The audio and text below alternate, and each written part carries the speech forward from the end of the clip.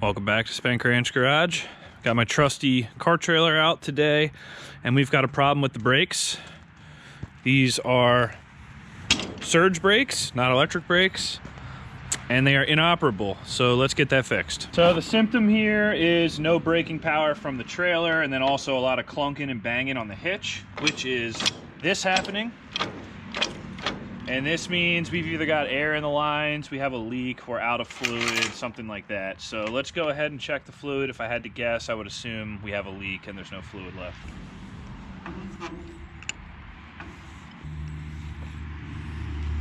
Okay, you can see there is a little fluid down there, but you have to be up above this ridge right here because that's where it pulls in the fluid anyway. So essentially the master cylinder is run dry. Let's go see where it all went.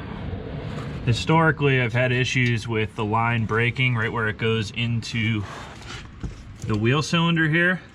I always assume it's vibrations on the highway, and then they fatigue and break. So usually I've got zip ties on here. It looks like they're gone. And we move up to here. It's pretty obvious what happened here. So this line was left unsupported, and it probably gets some chatter going down the highway and eventually fatigues and breaks it right off at the fitting. So luckily we have a union right here. So we're gonna go ahead and make a new piece of brake line to fix this broken piece.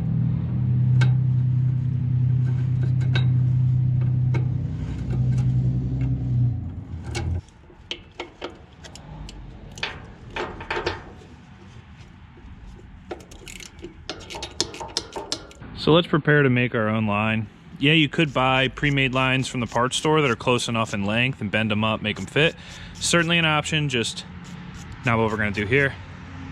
Inspect the nut. I mean, this one ain't great, but it ain't rounded off yet either. It's ugly, but she's got another go in her in life. So instead of trying to punch that line out of there and deal with all that crap, what I do is just clamp these in a vice grip. And because you're using a 3/16 line,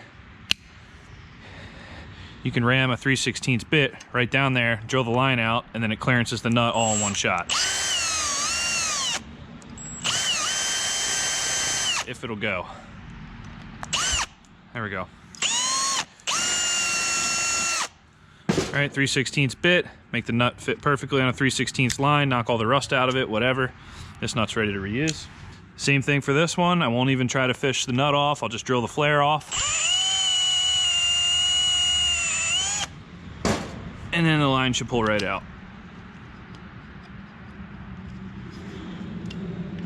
Like that. Run your bit the rest of the way through to knock the rust out. All right, there's your other nut. This here is a gear wrench brake line flare toolkit. It's not your highest end kit, but it is pretty complete, and it has been working for me for a couple years. And I just have some standard like nickel copper 3/16 brake line here. You can get this auto parts store on Amazon. I'll put links to these two items there. First thing you do before you do anything is slide your line nut on, because you don't want to forget that. Then we'll get started. We'll make our first flare here. We know that these fittings require a double flare, double inverted flare, so we'll get set up for that. And it's 3/16, so you've got your mandrel here that sets your depth. We'll move this to the correct distance. Right, something like that. Tighten this down.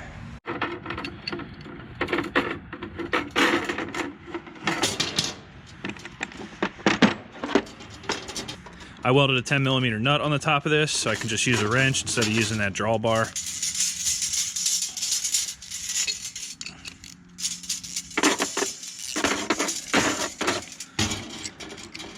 Bottom that out. That's going to give you a nice bubble, and now we just finish the flare.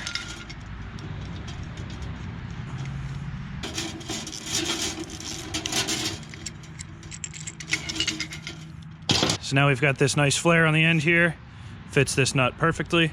We're done one of our flares.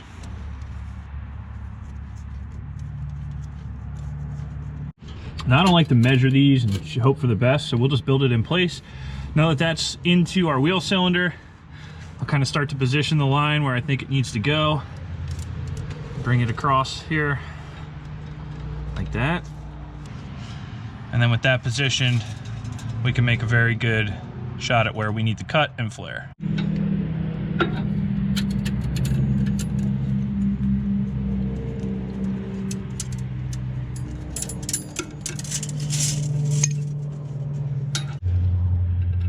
Brake nut goes on, do not forget.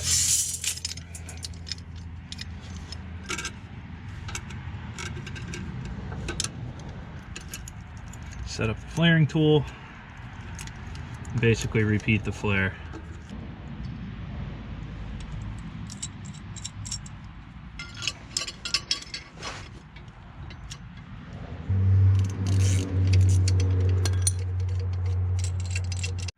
So I actually just noticed this union is split.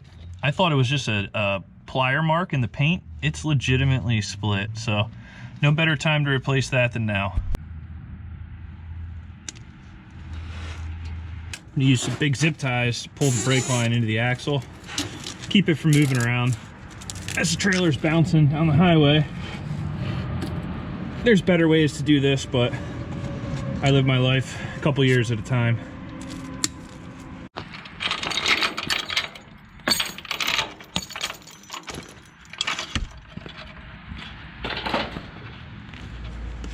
So with the leak repaired, it's time to fill this thing back up and get to bleeding. Now, bleeding is the most difficult part of this process. Typically, you'll need 2 people, and you're gonna sit here and you're gonna pump and wait and pump and crack the line and keep doing that, right? But all I'm gonna do is pump the air out of the master here, and then we're gonna set up the power bleeder, and that's gonna make this job extremely easy. All right, so we're gonna let the high points kind of bleed off by themselves. As I pump this, you can see some air coming up.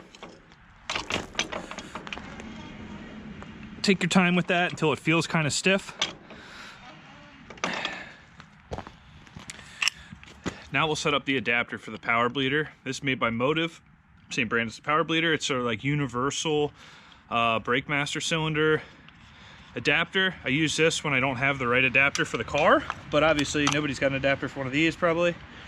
So basically you'll sit this over the hole, and then it gets chained around the bottom here. Now this chain doesn't reach, so I believe, if I'm remembering correctly, I'll even use the safety chains to hold this thing down. Flip up our safety chain, loop this thing under. Come on, J-hook, like that, and then we tighten it up.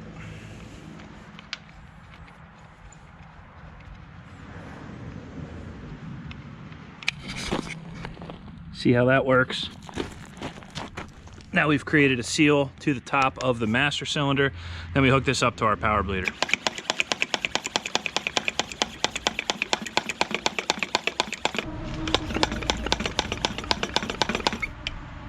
Okay, so bring her up to about 15 PSI.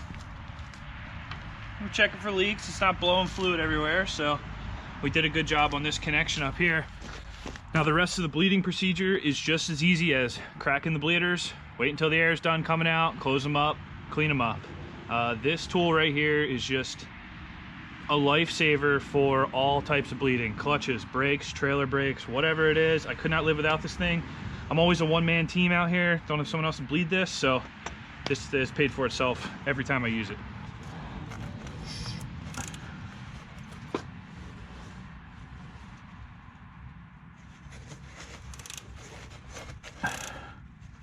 Okay, got air, we got fluid.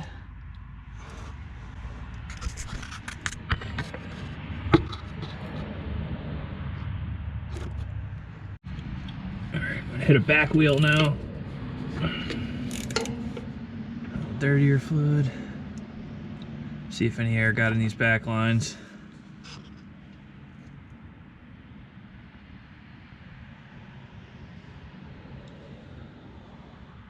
Already looking pretty good.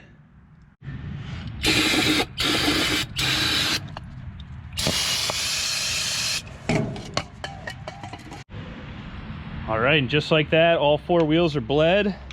System's tight, no leaks, everything looks good. So we can pull our power bleeder off now.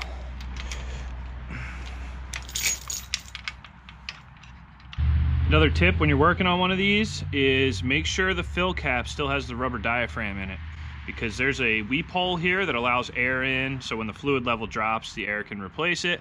But you got to have this diaphragm in between to separate the fluid from the rainwater and the snow and everything else. So if you pick up an old one of these trailers, a lot of times that cap is broken or missing the rubber, and then you got water in here and this whole thing's kind of ruined. All right, so just like that, we're back to a trailer with 4 working brakes. Should be no problems with this. Now I wanted to talk a little bit about hydraulic surge brakes and what I like about them, what I don't like about them. The nice thing is you could tow this with any vehicle. You don't need a brake controller installed. The brakes are right there, boom. The next thing is they're pretty simple, easy to work on. They're a little easier to troubleshoot than electric brakes because you either got a leak or you don't, and if you have a leak, you got fluid on the ground. So it's easy to find. And I guess the third reason is they're self-adjusting for how much weight is on the trailer. So you put a light car on here, a heavy car, you know, the inertia of that trying to stop is either going to apply more or less brakes for you. But there are some pretty substantial downsides to these as well. I think the main thing is that you can't independently operate these brakes from in the cab. So on an electric brake trailer, I can grab the brake controller, apply the brakes at any time. Let's say I have, you know, the trailer's swaying out of control, or I've got a panic stop, or I just want to test the brakes because I got an on-ramp coming up. It's nice to be able to engage them separately from inside the cab.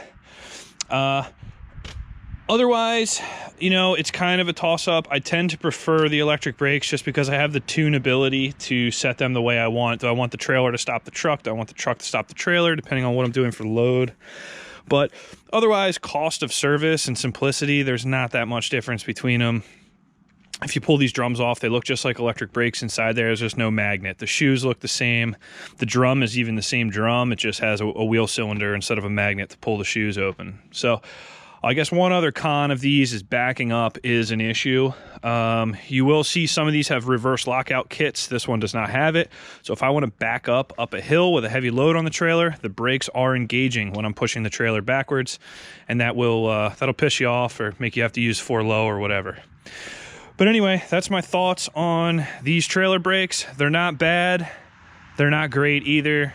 I will go electric on this trailer one day at some point, but that's just my personal preference. Anyway, thanks for watching Spank Ranch Garage. Have any questions, leave them in the comments, and I'll see you next time.